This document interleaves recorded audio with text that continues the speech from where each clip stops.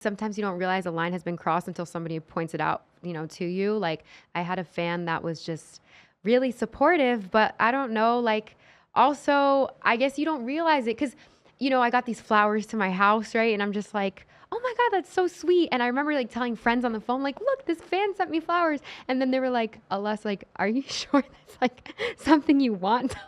They found your address. Yeah, you shouldn't even acknowledge that on TikTok. But that's the thing. I know. Now I'm like I'm talking about it here. Because when you say it, then they're like, oh, I ding, ding, ding, I got the right one. No. Yeah, exactly. So I learned. So I had to set boundaries, and I like told this person, like, don't ever do that again. Because at first, the thing is like you love your fans. You want to be like, thank you so much. Thank you for sending me this.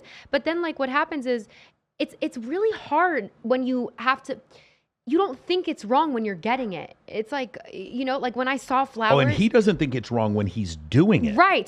And because I'm like close with them and I talk to them on like social media and I DM them back personally and I talk to them so much, at first I'm like, this is such a nice gesture. And then when you have someone point it out and go, wait, that's actually not right. Like they shouldn't have found your address. And then I'm like, oh my God, you're right. Because just because they're a fan doesn't mean they should go break that boundary. And even like my other fans are like, Alas, that's not right. Like we wouldn't do that. Weird. Yeah, it's really kind of scary. We had Access Vegas on here last Thursday. I won't say which girl it was, but one of the girls that was in here, we were hanging out with her afterwards and she starts saying, I'm getting text messages and I don't know who the fuck this was from. And we had to reverse engineer how this guy got her info. And it had to do with an iChat email that was attached to the link in bio. So it goes link in bio went to LinkedIn page had email address was attached to iChat, text message to the iChat, and it pops up on her phone. Oh, crazy, right? My God. You see, that's why the internet, I'm like, there's no way to like, let me not say no way because isn't it crazy though? And then he's texting, and then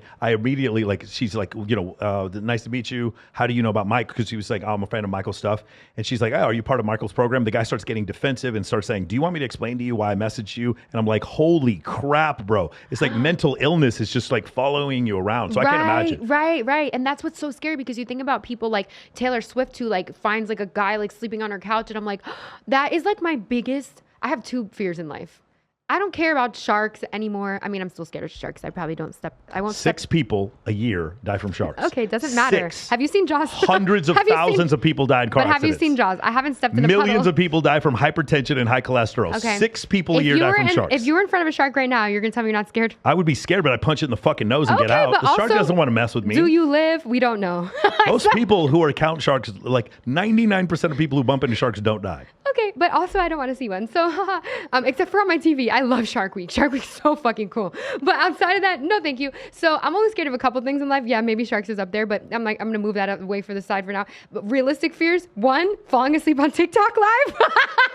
I'm not joking. That's not a big deal. That's funny. No. But I tell my fans, you're gonna go. No. You're crazy. The comments would go nuts. Do you play video games? Of course. Okay, when I was little, I used to play video games, and I used to like play like I don't fucking know, Grand Theft Auto or something. And then when I would be in class, out like in school in 5th grade, I would see like a Tetris block. Like if I played Tetris that day or like that week, you start imagining it. I would see the block falling out of the screen. You know what I'm saying? Like when your brain starts to kind of like just see things like because you're doing it so much, so your subconscious kind of like creates. Well, you play Grand Theft Auto and you live in Los Angeles. I would see it all the time. No. When you play GTA, it looks just like Los Angeles. I know, but I just mean like, so what I'm trying to say is when I go on TikTok live, right?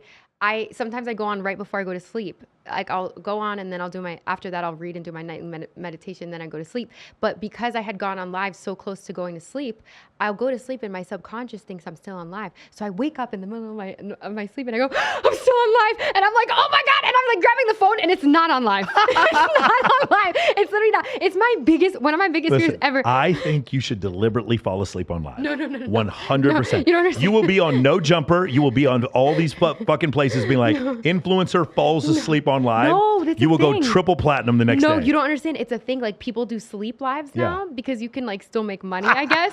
So like people will be sleeping. Can you imagine? No, I swear to God. I'm doing a 24-hour live. I'm telling you, people sleep on live because they'll still get people like sending them like gifts. So I guess they're making money. Yeah, I won't do that. But that's like one of my fears is doing that. And then also the reason I brought this up was because I'm scared of finding like a man sleeping on my couch one day. It's not good. But I don't like to bring it up because it's like I don't want to welcome it into my world. Listen, if you don't want to welcome it, get a taser.